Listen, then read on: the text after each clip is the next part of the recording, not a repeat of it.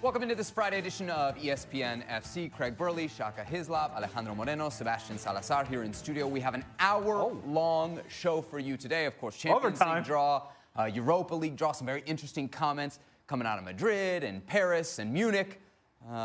We also have some people we're going to be hearing from throughout the show. One, Gab Marcotti. That's right, we got an hour to fill. We're also going to hear from Sid Lowe, as well as Sid, Julian Laurent. There you go. Now, why do we need all of these people? Why do we have to fill an hour? Good question. How else are we possibly going to talk about the upcoming 48-team FIFA World Cup? No, of course not that. We have the final 8 of the Champions League. Here is the draw as conducted this morning. Ajax and Juventus, CR7, against the team that knocked out his former mates. Winner of that gets the winner of the All-English quarterfinal between Spurs and City. Spurs' new stadium should be ready, I think, for the first leg of that one. Of course, Liverpool draws Porto, somewhere Stevie Nicol is, I would say, doing handstands, but I don't think that's He's doing something else. Possibility. Not because of the draw. And the winner of that gets Manchester United and Barcelona. A showdown there of the Blue Bloods as we take a look at the odds to advance to the semifinals, and really just paints the picture. There are clear favorites and clear underdogs in each of these quarterfinal matchups. The 4 favorites, Juve, Liverpool, Barcelona, Man City, all kept apart in this quarterfinal round. I have like 6 different people to choose from. Not sure who. Let's start with Jules. Jules, as you saw the draw take place this morning, what was your reaction? I loved it. I thought it was a brilliant draw. Like you said, there's a favorite in each of them, but there's also an upset very possible in each of them, pretty much. Maybe apart from the Liverpool-Porto game. But apart from that, you could also see Ajax maybe knocking out Juve. You could see United maybe have another miracle against Barcelona, and Pochettino against Guardiola in the Spurs against City. You know, there's also could be an upset there. So I think it's a very good draw. Shaka, you were the one that was, I think, on yesterday's show, hoping that the favorites would be kept apart. You got exactly what you wanted. Yeah, I'd prefer to see these teams, the big European teams that are still left, a little bit further down in the competition. That being said, you've got a couple of clubs in there still playing with house money. Ajax after their miracle at the Bernabeu. You've got Manchester United after their turnaround against PSG. I don't think a whole lot is expected of them. And as good as Spurs were against Dortmund, you just feel against City they will be outmatched. So there are upsets to be had there. Porto probably having the easiest route to this point. So write those smaller clubs off at your peril, but you do want to see the bigger clubs certainly later in the competition. Greg, what did you make of the draw? Well, I didn't watch the draw. Okay. What'd you make of the results? I don't watch any draws because of the biggest bowlers in history. You know why? You can do it in 30 seconds and it'll probably take 30 minutes. Boring you to tears, so I didn't watch it. Why would you watch it when you can just go on your phone and get the draw half an hour later? Why don't we talk about it instead of talking about not watching it? Well, I'll go for the favourites. There you go. Really? Yeah. Do you like the draw? I mean, you like the matchups? Not bothered. 8 teams, quarterfinals. I'm going to go with the bookies. I'll go with the favourites. Simple as that. Ale? I do think that there are three of these matchups that are very clear. But once you get to the Barcelona-Manchester United one, I don't think it's as clear as it may seem. I don't think the difference between these 2 teams is as big as it may seem. Some of the things that make Barcelona vulnerable are some of the things that Manchester United do very well under Ole Gunnar Solskjaer. At their very best, they have looked like a team that they can transition very well on counter-attack opportunities, that they can utilize the speed of Rashford and Martial and Lingard, and that they can be the sort of group that if they force turnovers out of Barcelona, even though Barcelona is going to have a lot of possession of the ball, they can then expose the lack of ability or the inability by Barcelona to be able to keep up over distance in 1v1 situations. And so, therefore, I do think that there's an opportunity there for Manchester United. But once I get very excited about Manchester United and maybe their chances, I also think that maybe Barcelona is too good with their possession of the ball, that they're going to force everybody back, and that even if Manchester United wins the ball, they don't have an outlet. And oh, by the way, they also don't have Lionel Messi, and at that point is when I lean Barcelona. Speaking of Barcelona, let's bring in Sid Lowe. Sid, what's been the reaction to drawing Manchester United in the quarterfinals for Barca? Well, the main thing, of course, is that it's not just drawing Manchester United in the quarterfinals. It's also a path all the way through to the final. So in that sense, this has been received in Spain as being pretty much the perfect draw for Barcelona. That, you know, they avoid Juventus until a potential final. That they avoid Manchester City, who most people here think are the other strongest side in the competition. And so, from a Spanish point of view, or at least from a pro Barcelona point of view, I think there has been a sense of satisfaction at this draw.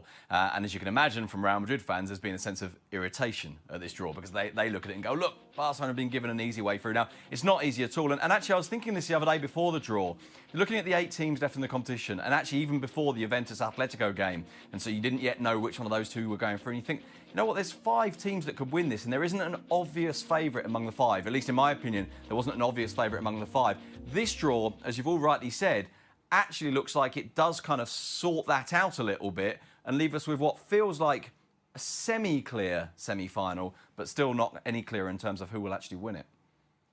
Gab, what'd you make of the draw?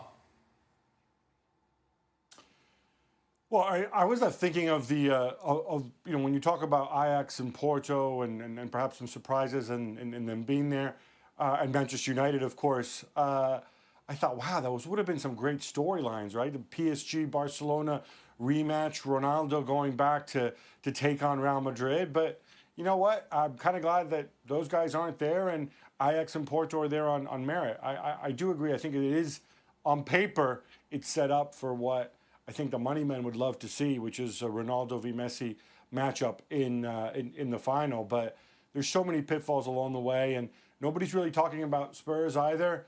City fell at this stage last year. I just wonder if Pochettino's got something up his sleeve against Pep. Craig, nobody talking about Spurs yet. Let's talk about them a little. How do you see that matchup with City? I see City winning. That easy? We've got better players. I mean, where are we? I mean, by the time these games kick off, how the hell do we know who's going to be playing? You know, City are already without Fernandinho, and they've had injury problems with De Bruyne.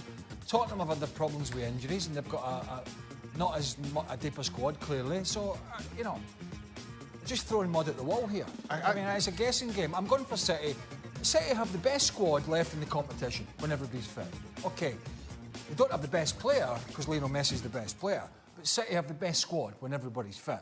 And I think that's why they're favourites. If they were to lose over 2-legged to Spurs, it would be of course, it would be a huge blow to them, but it would be a big coup for Spurs. But I don't see it happening if City's big players are fit and well. I think that's the thing. It's about who's fit and or who's injured more to the point when these games kick off. And as good as Spurs were against Borussia Dortmund, and as much as they have players coming back in that may make them stronger, City's squad still a lot stronger, a lot deeper. And Ali was making this point a couple of days ago. If Kun Aguero, who has his own issues with injury, though he's been far more consistent of late, if he's not in his squad, Gabriel Jesus hasn't proven to be the kind of deputy we thought he would be when he first burst on the scene at Manchester City. That's their biggest concern. Jules, what do you make of Spurs and City? We're not giving Spurs maybe enough of a chance here?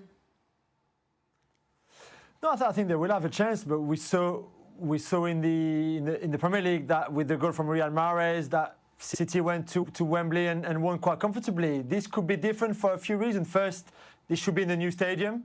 Whether that's an advantage for Spurs or disadvantage because they wouldn't have played much in that new stadium before, we'll have to see. They will also face each other 3 times in the space of 11 days because there's also a league game at the Etihad between them two.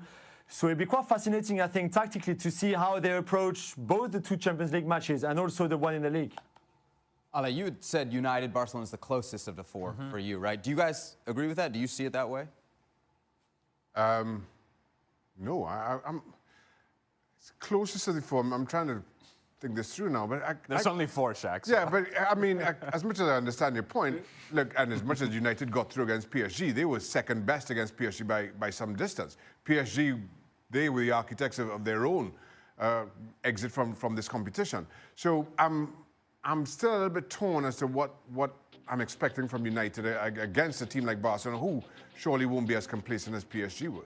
Yeah, I've heard you. Go ahead.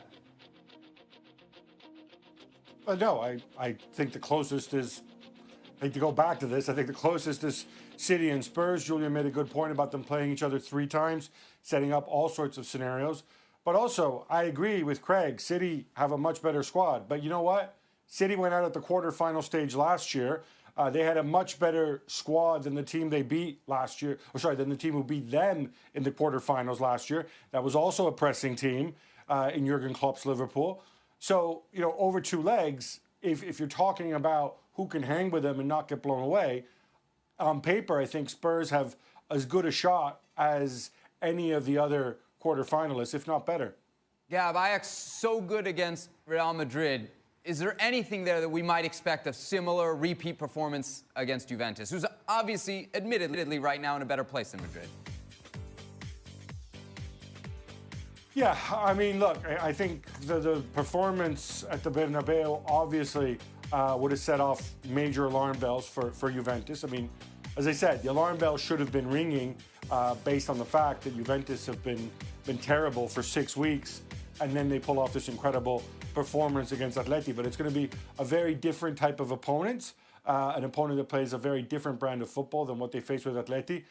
Max Allegri will need to be prepared for that. But I also think that what really lulled Real Madrid into that incredible complacency was the fact that they won the first leg. I don't think Juventus are going to be complacent at all at any step. Yeah, speaking of Juventus, right? You see what they do against Atletico Madrid in the second leg, and the question comes up, why don't they do this all the time? Is there an easy answer there? No, and I think this is the single biggest indictment of Allegri. And I know he's a toast of the town right now, and he was absolutely brilliant in how he set up and whatever else. But how can a team that is so much better than everybody else in Serie A on paper and in terms of resources and wage bill, and even in this Champions League, you go back, you ask yourself, gee, when did Juve actually play well?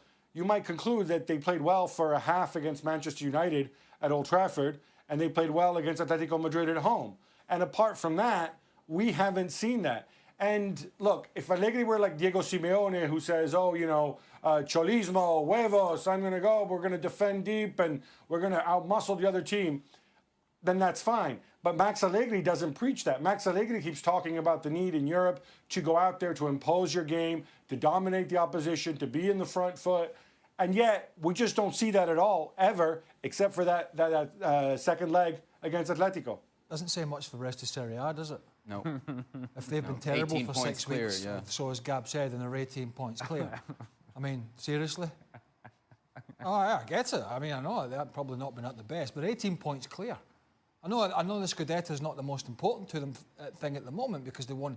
You signed Ronaldo to get over the line in the Champions League, but hell on fire. I mean, 18 points clear, and they haven't been playing well for 6 weeks.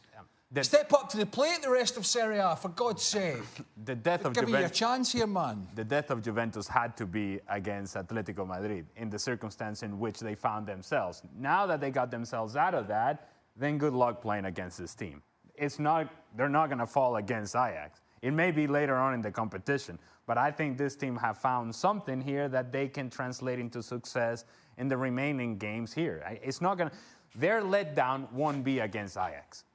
Not after what you did against Atletico Madrid. I see Juventus now perhaps as the most dangerous team in this competition simply because they were on the precipice of death. That's it. It was over. It was gone. See you guys later. Allegri was going. Ronaldo had failed at Juventus. All this pressure. They come alive after that, and now good luck dealing with this team from here on out. Do you know what? Out of all these teams, and we all know, I'm not so sure about Porto, but they all play this great attacking football. Maybe Juve not so much recently. But as funny as it seems, the team I'm looking forward to watching the most is actually Ajax.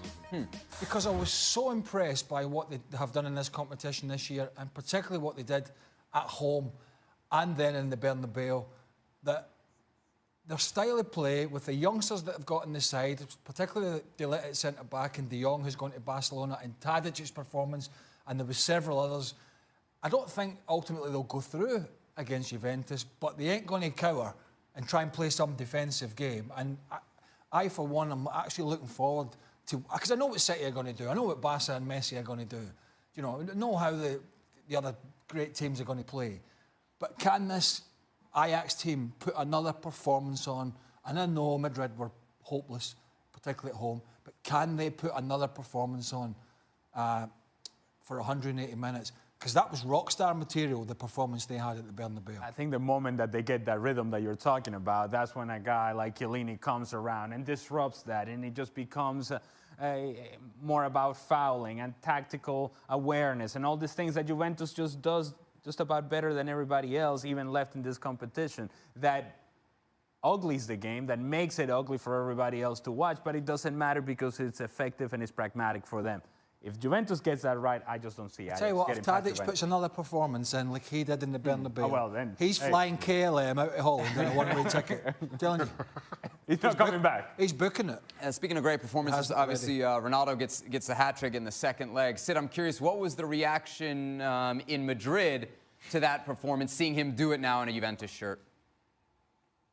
Yeah, well, let's put this into context, shall we? The two big sports papers in Spain, they're both Madrid-based, admittedly, and they're both certainly lean towards Real Madrid over Barcelona, but both of them ran with huge Cristiano Ronaldo front pages. The following day, these two newspapers, which claim to be the defenders of Spanish sport, didn't run with front pages of Barcelona getting through and being the only Spanish team left in it. So that tells you something about the response. The response was excitement. The response was a sense that, wow, he's done it. And not just that, of course, it was obviously tinged with a little bit of sadness because, of course, Real Madrid had just ended their run of being European champions 3 years in a row, over 1,000 days. And you look at what Juventus had just done against Atletico Madrid, and that reinforced that idea that a lot of people in Spain already had, which is that Real Madrid's fundamental problem was that Cristiano Ronaldo is not there anymore. Now, that would be very reductionist. It's not their only problem. It may not even be their one biggest problem, but it's certainly one of them, and that was how it was read after Ronaldo did what he did to Atletico Madrid. Of course, then, from an Atletico point of view, more than anything else, it was just the disappointment.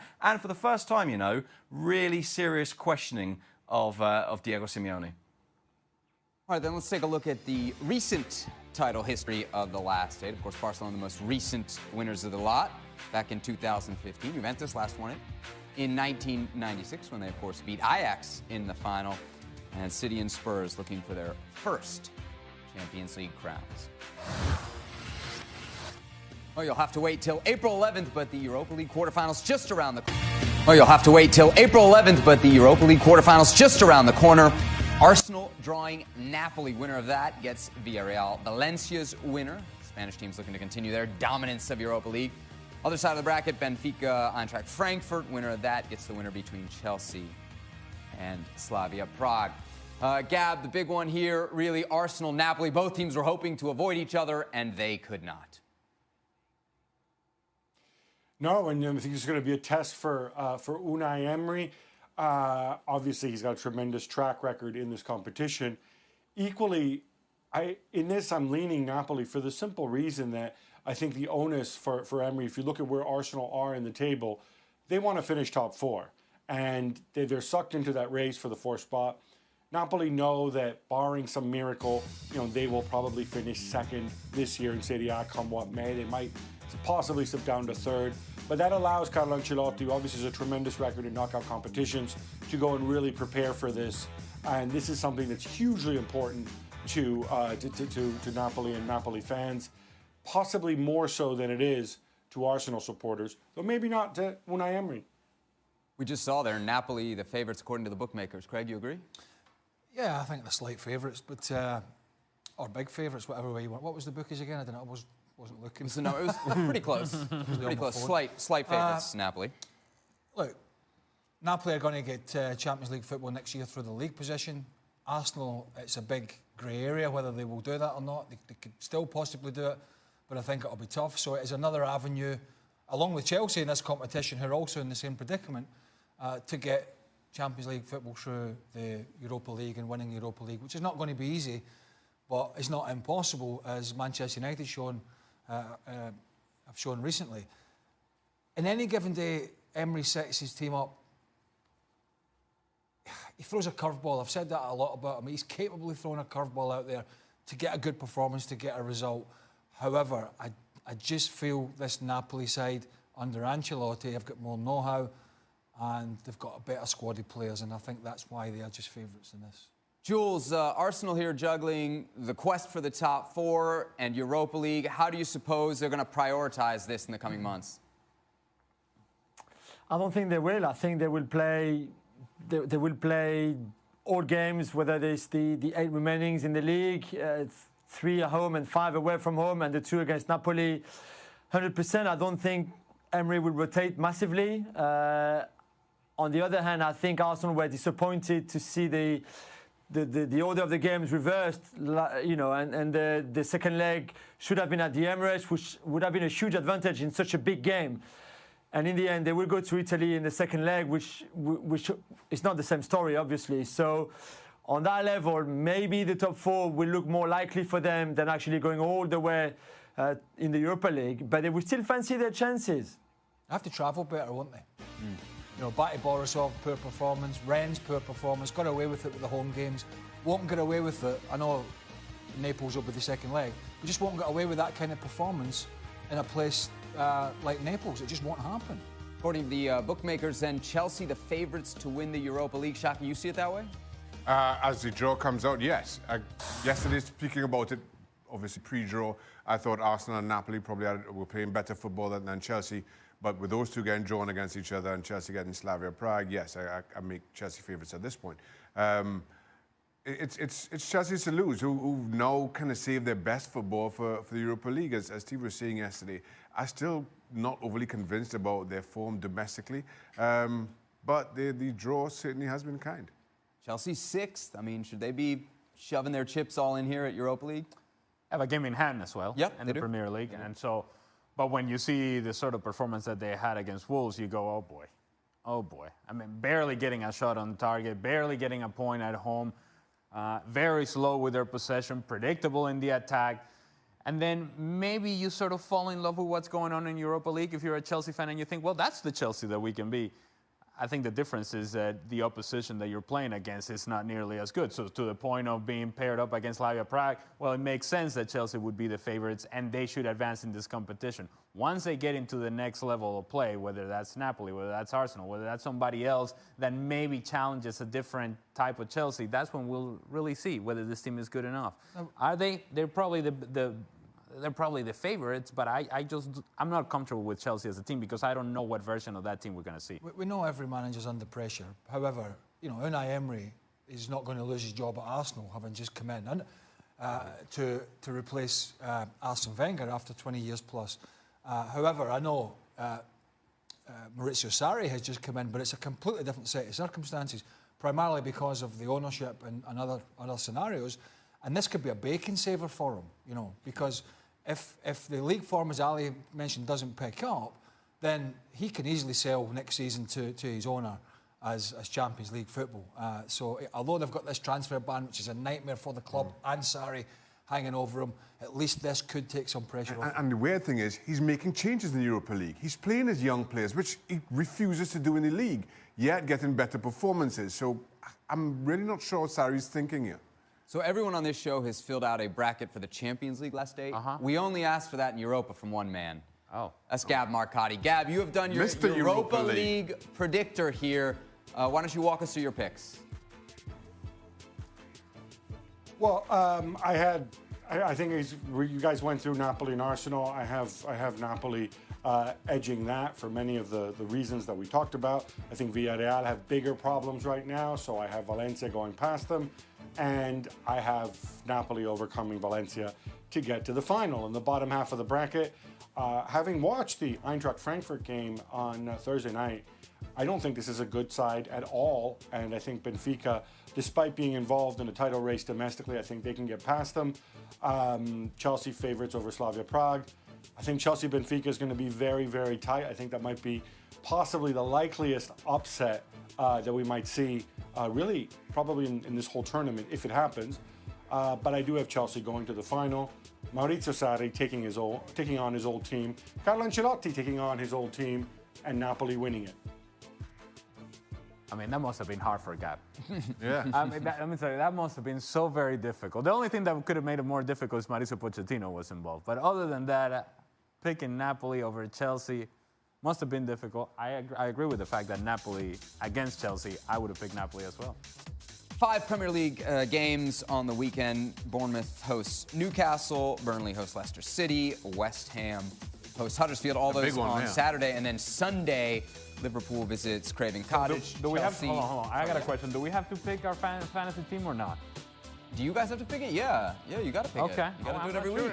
Well, it's not a full session of games, that's all I'm saying. So there we have it. The top half of the Prem. Liverpool can go 2 points clear, although City would still have a game in hand should they pick up the 3 points against Fulham. Here's a look at all the FA Cup action this weekend, quarterfinal.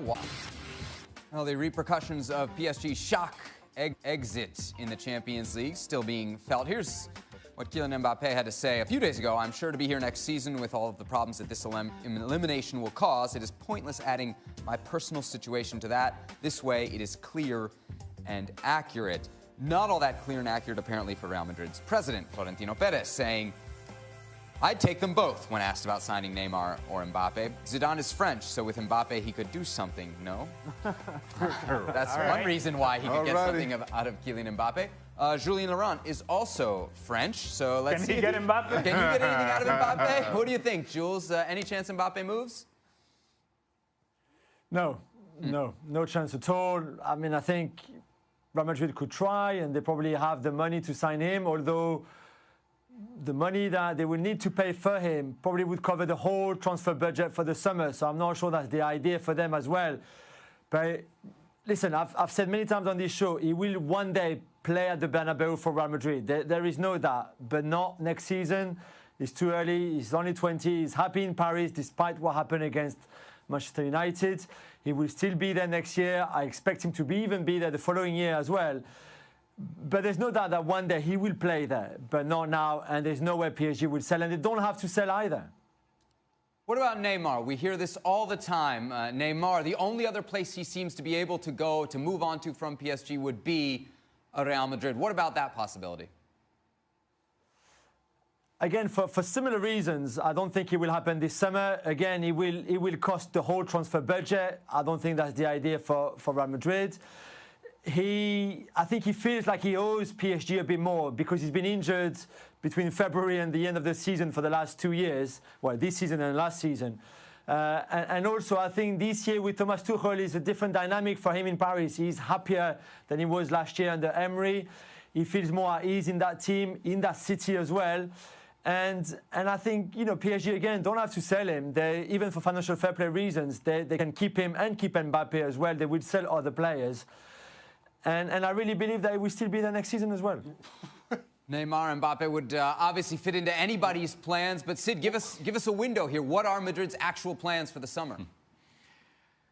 No, well, I mean, this is the point. You can want to sign these players all you like, but if you come up against a club like Paris Saint-Germain who just will not sell, you're not getting them. You're not getting them. And the reality of Real Madrid's transfer policy, you look over the last 4 or 5 years, basically since they signed James Rodriguez, they haven't signed a Galactico. That's an economic reality. That's not just been about policy. There's a reason why they go and sign Vinicius as an 18-year-old instead of wait till he's 25 and the best player in the world. There's a reason why they've been interested in Rodrigo, for example, and they've brought him in and buying him very young. This is all about a policy that is to do with an economic reality. And so you can't just go and say, here you go, have 500 million euros and please give us your 2 best players, because Paris Saint-Germain are going to say no. Now, would they like them? Yes. When Florentino Perez was asked about these two the other day, he was on his way into a dinner arranged by Esteban Granero. It was a little bit tongue-in-cheek. The question was, listen, if you had to choose between Neymar and Mbappe, who would you take? He says both, which, by the way, I remember years ago being the answer to the question Kylie or Brittany that Ronaldo gave. So that tells you something about what the answer really means. It's just a joke. And then when it was said, Zidane could do something, he's French, this was put to Zidane today. He said, well, don't know about that. Of course I like him. Of course I'd love to have him there. But they know that there is a reality there. If they pushed for it, it would purely depend on Paris Saint-Germain. If they thought there was a chance, yes, of course they would go for it. And they've been very, very keen to talk to Neymar's camp, to make sure that Neymar's father knows that they would like him, to make sure that they're in pole position should it become a possibility. But they know, of course, in this situation, that they're not in control. They're not in the driver's seat here. Lots of talk about who could be coming to Madrid. What about those potentially leaving Madrid? Gareth Bale's agent, Jonathan Barnett, had this to say. He wants to play all his career for Real Madrid, and if it does not work out, we will talk again. Gareth wanted to play one way, and Zidane wanted to play another. That was the cause of it, and over a period of time, it got worse. You let Gareth play the way he wants to play, having a run of games in a row, not in and out. He can be right up there with Cristiano Ronaldo. No. Okay. Craig, those comments, what do they do for you? Well, if Zidane wanted to do it one way, which was successful for him, then he's going to probably want to try and do it personnel, up front, depending on the personnel, which is pretty much the same. Obviously, maybe the legs of one or two are slightly hampering them more than they were 18 months ago. But he's going to want to do something similar. So he's not going to change for one player. One player who at times has been exceptional and at other times has been average by his standards. So, clearly if Bale wants to stay at Madrid, it'll be a contract-based stay because he's within his rights to do so. But I don't really see, unless there's a massive upturn in form and relationship, how it's going to be different second time round for Gareth Bale under Zinedine Zidane. As for Ronaldo, nobody on this planet should be talked about in the same breath as Messi and Ronaldo. Facts will tell you that at the moment. I'll let you see it similarly. Not that Bale can't be Ronaldo, but just that this doesn't seem to have a positive ending. If it did before, certainly not now. No, because we've had multiple opportunities for this to take its rightful path to success, and it hasn't. There's been plenty of moments where Gareth Bale has done a lot of good things for Real Madrid, but has not been able to sustain it. And so whatever negative energy there is against Gareth Bale, either by the fans or the media or Real Madrid, whoever it may be, Zinedine Zidane, whatever the case may be, it's to the point now to where there's no coming back from it. Gareth Bale went out there after winning Champions League, and his first comments to the media were to the point of, well, whether I'm going to stay here or not. That in itself, when it was your moment, when you had just scored a bicycle kick, and you can put yourself in a situation where you can make yourself human to those fans, to those people, to whoever it is that have been critical of you, you missed that opportunity. Ronaldo walked out the door. There was no other, it was no longer a situation where you can say, well, Ronaldo's not giving me a chance. He's no longer there. This was your year, and it didn't happen for Gareth Bale. I think, again, it's to the point of no return. In my opinion, Gareth Bale has no place in Real Madrid. Gab, I hear you in my ear. You're ready. What do you got? What do you got on Bale? Oh, just quickly, look, he didn't just have issues with Zidane. He had issues with Ancelotti and issues with Santi Solari as well. Very different types of people. It's really difficult to sell him because he has an enormous contract and teams won't want to take on those wages. The one way you do it, maybe, possibly, Graham Hunter and I wrote about this, maybe you convince him to say, look, Arjen Robben was in your very similar situation 10 years ago. He had his injuries. People were questioning him. People were wondering whether he had a future. He was up and downs. They knew there was a great player in there somewhere, wasn't coming out. What did he do? He moved to Bayern Munich. He resurrected his career. He won a Champions League. He was tremendous. Gareth, it's not going to be here, but if you actually care about football, there is another big club that'll take you. You'll have to take a pay cut in exchange for a longer deal, but you will be given a chance to show the world that you can still be Gareth Bale, just like Arjen Robben did. Sid, are we missing something here on Gareth Bale? Is there an obvious outcome here?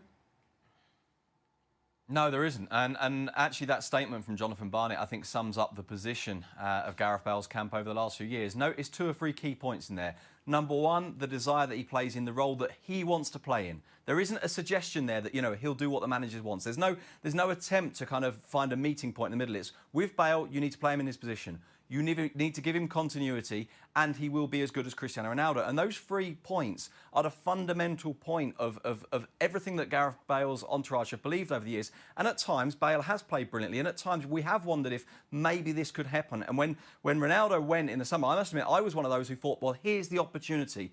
And it hasn't happened. And as Gab says, it's very difficult to find a way out now. Put in very simple terms, 3 elements: salary, price, age. 3 reasons why it's not that easy to get Gareth Bale out of Real Madrid, unless, as Gab says, unless someone gives. Xhaka, he'll be 30 in July. I suppose you could throw injury into that as well, couldn't you? Yeah. I mean, where's the place? Yes. Where's the place for him? Yeah. Where does he go? The only place you can see Manchester United, who were very interested in him when he signed for Real Madrid. They certainly have the money, they have the budget. Maybe they're trying to refresh their squad, new manager coming in, maybe wanting fresh faces and a bit of experience. And that star power. Outside of that, I'm not sure who goes for it? But they've been linked with, certainly I've read quotes about Jadon Sancho, and I think United are certainly, in my opinion, are probably going to, yes, they want to bring in quality players, but like a lot of clubs, looking to bring in younger players. You know, younger players who they're going to get good value for money, who they can see progressing. Like Ronaldo when he came to United as a youngster under Ferguson, and he progressed, and he was a very good player. And you thought, well, how much better can this guy get? And he goes to Real Madrid, and he becomes an absolutely great player. I think United are. I think it's for all the reasons Sid mentioned, and the injury scenario that I said there, that would concern a club like United going for such a big splash when there are younger players available. Are you gun-shy, though, by learning what just happened with Alexis Sanchez? That you made that investment and you say, yep, wait a minute, we thought that this was going to be somebody who was going to produce for us, and now we've seen what he has become. If you're Manchester United, you're in that sort of, do we go after another old guy or do we go younger? And in that transition, in that sort of doubt, that's when perhaps Gareth Bale slips through the cracks. And by the way, and everybody's now going in at Man United, anybody worth their salt, and saying, £200,000 a week, you can get stuffed. I want what he's getting, or more. And there's the big problem that they've given themselves. Yeah, but I thought I heard you chuckle when we made the United-Bale connection. Why? Oh, no, it's just funny because you use the term refresh. If there's one thing that Gareth Bale is not, it's refreshing. More seriously, United had many chances to go after Bale seriously. I think it's very telling that they didn't, with the likes of Martial and Rashford and Lingard and Alexis, who for better or for worse is still there, Mason Greenwood then coming through and attacking midfield. They have so many guys that why they would possibly go for Gareth Bale just makes no sense whatsoever. All right, Jules, you're going to get the final thought here on Gareth Bale. Where do you see him ending up? I see him at Real Madrid next season. I think, like the boys have said, they have a huge problem on their hands, and it's not one that you can solve very easily. I think Zidane, being so good at man management, can maybe get the best out of Gareth Bale, and maybe those two can make peace in a way for the sake of Real Madrid and of Gareth Bale, because, like we said, there's still a lot of talent there, and it's a shame that it's so much wasted. Gareth Bale and Zinedine Zidane, 11 games left to make that peace. Jules, as we take a look at the top of La Liga, Barcelona 7 points clear. They'll face Betis on Sunday. Madrid, in Zinedine Zidane's return to the bench, will take on Celta Vigo on Saturday. Will they be wearing those denims? I don't know. It happens. I hope not. Short longs or long shorts. Maybe you once made a joke about my pants that were... Well, but that's different. Yeah, your pants and Zidane pants. You're just short.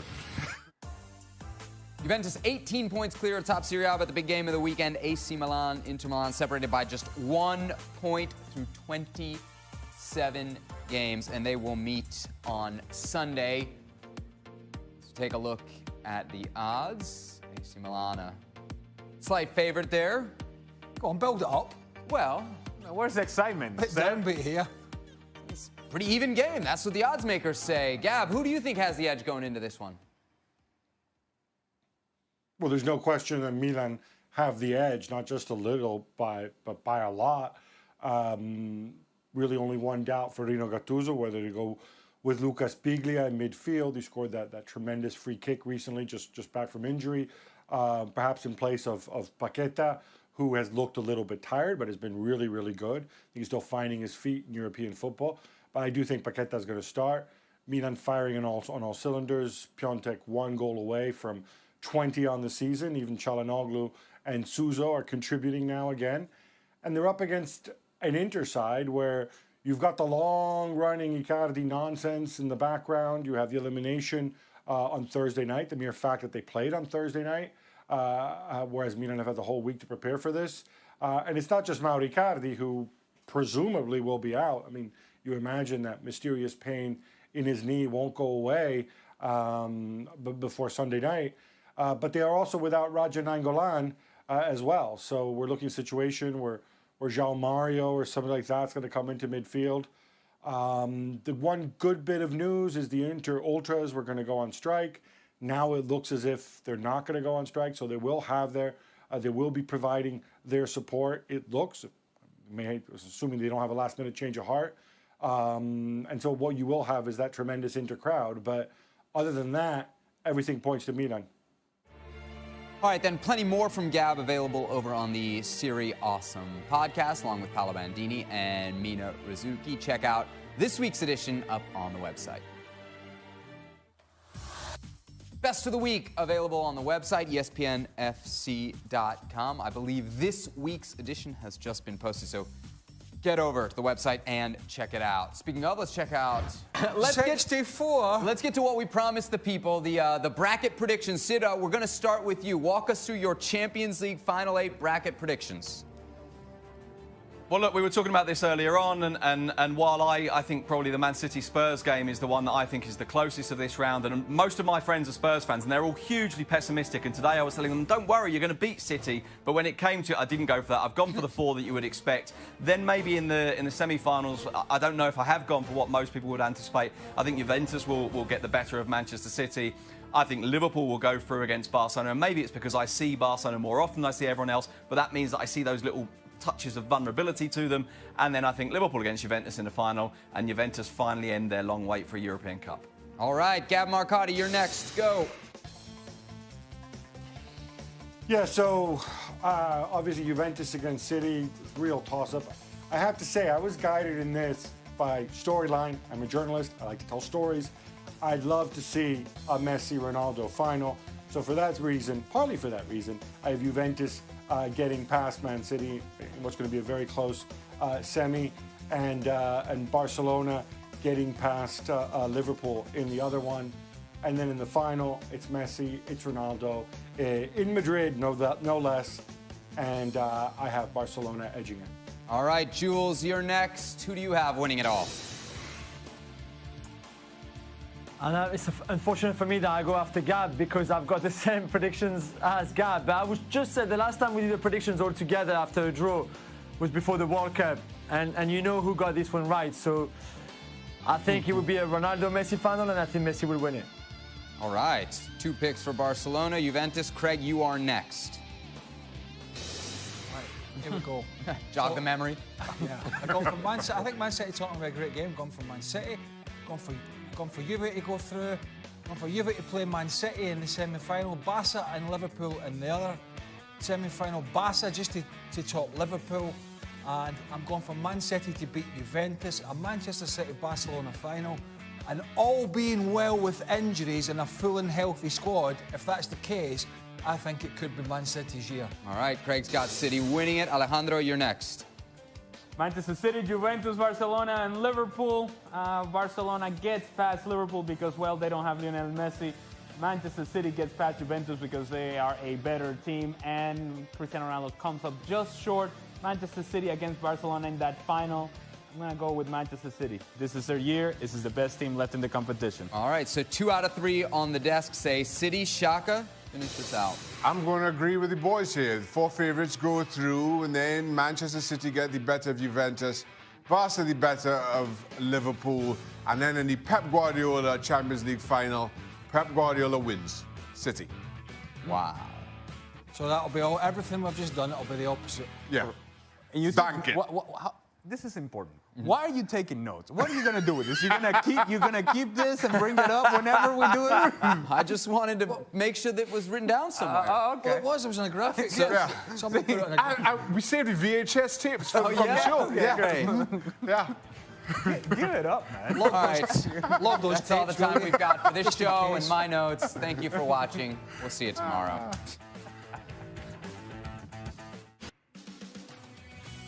Hey there, everybody. Welcome into Extra Time. What the hell's that? Well, if we're going to do it, we might as well do it well, right? Do you want to do that again? No. I can't see that again. Hey. I cannot see that again. You never even pay attention to what I'm doing. What are you talking about? Even by your standards, come on. Said, what's he doing? It's extra time. We got to have a little bit of fun. Can I take your power away? There you go. Oh. That's all right. We're gonna put that over here. Once saw a guy. Now I just have no idea what's happening. Once I don't saw- even know. Take What? this away. Remember when you used to have a laptop? Apparently, one guy opened up and the camera was on him and he went like Really? that. Not in our show, because okay. wouldn't be allowed. Right. You'd be dragged outside and Really? bad things would be done to you. Okay. Because that's just. Just not acceptable, just nonsense like that. They may be done anyways. Right. So next, when I get my notepad back, I should write in, don't do the chest. Don't do that spinning around thing either. Yeah, cut that out right now. But you thought it was a good idea. So when you were sitting today in your room, you thought, you know what I'm going to do today? I'm going to spin into extra time and give it, hey. Can I be honest? I've been working on that since the last time I hosted Extra Time. I was like, well, what are we going to do? We're going to take it up a notch. So you and Adrian have got something in common then? Yeah, we have Because he comes in early to work on his call in the openers. Adrian does love, like, long... Well, and there's usually something really corny, but he had a really good one the other Thursday. Oh, the Bate Borisov. Oh, he wheeled that back one in yesterday. Nothing says Thursday like Bate Borisov. Oh, he rolled that back out yesterday. Did he? Oh, he doubled down on Bate Borisov yesterday. Fair play. Comes in at 11:30 in the morning to roll that. Let's get to the questions, Craig. This one. Premier League still not the best, with 4 teams in the quarterfinals of the Champions League, question mark. I don't get involved in best leagues chats if I can help it, because it's really not a fair assessment. A few years ago, when there were no Champions Leagues, no Premier League teams like in the semis or the quarters or whatever it was, the reason was that was proof that the Premier League was the best because the Premier League is so hard. They were beating up on each other. That's right. So now all of a sudden, these conversations come full circle, which is why I'm with Craig. I'm staying out. How about the one where they're tired because of Boxing Day and the schedule? Christmas break. Christmas break. Oh, but now they all go through. Oh, well, hey, we're not tired this year. Not this year. I really think people should just get on with enjoying their whatever league Football, it is. correct. Whatever league it is they enjoy, and stop trying to make comparisons, because, you know, they're all their own entities, and, you know, they all drive their own business, and you either watch it or you watch, you know, your own league. It's not... So you don't fancy the Messi Ronaldo question that's next? Oh, hit me with it. Oh, God. Oh, wait. Much more detailed is actually our next question from Nadeem. Let's do the pen as well. Are you going to take my questions too? Since Sevilla have fired their coach, don't you think Mourinho... You see, people are just having fun. Do you think Mourinho should be interested in that job, as he was raving about their squad being better than Manchester United's last year? Hey! Gab like that one. Hey! Let Gab have it. Gab, what do you think? What do you think? What do you think? He's not really asking the question. He's just taking pot shots at poor Mr. Mourinho, who's had to deal with the disappointment of getting fired from Manchester United, and, you know, has been on this rather pathetic world tour of broadcasters where he pops up in a different country, talking in generalities, because he's not allowed to talk specifically about his old job, because then he'd have to give some of his payoff back. Look, you know, you made your joke, that's fine. If you want to turn it more serious, I would be intrigued to see Mourinho go back to basics, go back to what it was like even before Porto, to see him work with a team with very limited resources, and see what he can do, see if he can build it back up. But you know what? I'd love to see every top coach go and do that. I'd love Pep Guardiola to do that. I'd love Ancelotti to do that. I'd love all these guys who've managed all these big clubs saying, all right, you've done it, you've won with big clubs.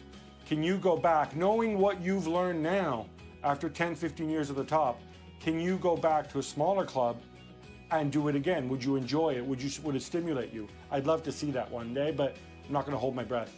Pep to Pescara, very well. More Mourinho in our next question. Jay wants to know, would Mourinho be exactly what PSG need to move to the next level in Champions League? He would be looking for a club at their level, and they do need a manager at his level. Jules, this sounds like it's right up your alley.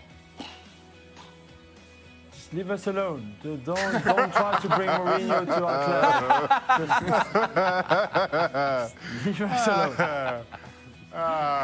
Leave us alone. Demar has the next question. Why does ESPN no longer do player ratings for Arsenal? Does that mean you guys... Well, it's Thursday. I was off. I'm not... It's not you guys no longer consider them a big club? Yeah, we have a committee that just sits around here. And hold on, yeah. We kind of decide week to week who's in the big club. That's Shaka's power. Whether you're determined, whether you're a big club or not, is all determined by whether we do rankings for you. So player ratings, not even rankings, player ratings. What happens is all the big execs at this company, this global company, come in on a Thursday morning and say, right, top of the list today of what we need to do is are we doing Arsenal player ratings? Is Arsenal a big club or not? Is Arsenal... What What rights should we go after? No, that's not. We're not going to talk about rights and the billions of pounds. What we're going to talk about, let's screw up the Arsenal fans by not putting player ratings in. There you go. Yeah. There's a big decision. Mark wants to know. Maybe people are paranoid, aren't they? Yeah, or like insecure or paranoid, something in there, right? Insecure, yeah. Mark wants to know, thoughts on this Lewandowski stat. Robert Lewandowski has failed to score in 7 consecutive Champions League knockout games. Hashtag Bayern exits. Well, he didn't get much support, did he? Gab, what do we make of that stat? 7 consecutive games, so what, he hasn't scored since, he didn't score this season in the 2 games they played this season, and he didn't score last season in the knockout rounds? Is that basically what we're talking about? Yeah. Not scoring in big games. Largely irrelevant. He scores in other big games, he scored in big games in the past. I mean, like, honestly, statistical variance. Like, if a striker goes, I think it was Cristiano Ronaldo this season before his hat-trick, oh, look, he'd only scored 1 goal in 7 games, right? 6 group games, and you figure in the group it should be easier to score.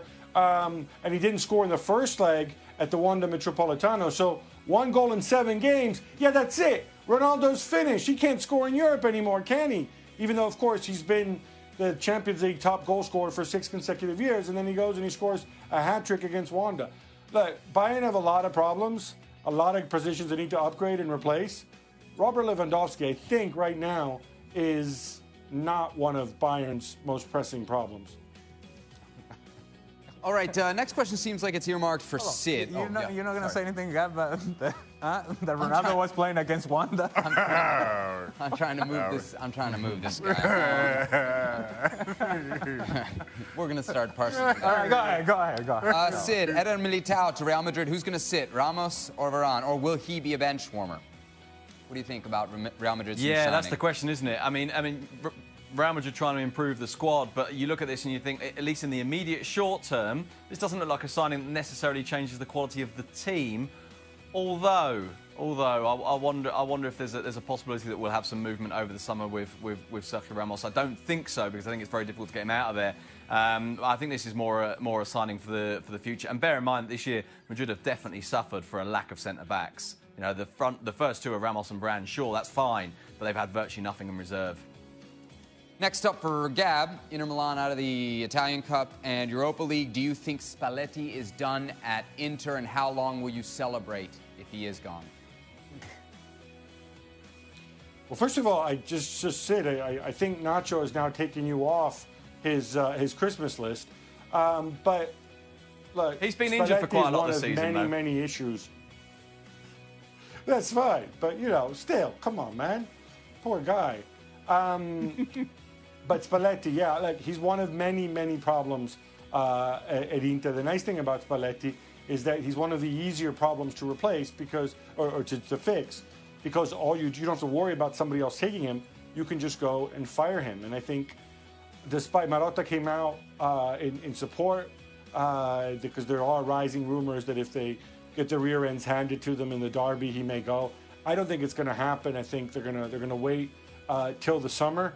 But there's no question that I don't think Spalletti's, he's exhausted all the sporting capital he came in with many of his decisions, the insistence on Perisic, the backing Perisic, the continued snarky comments, little giggles about Mauro Icardi and his issues, certainly not helpful. Maybe true, but certainly not helpful.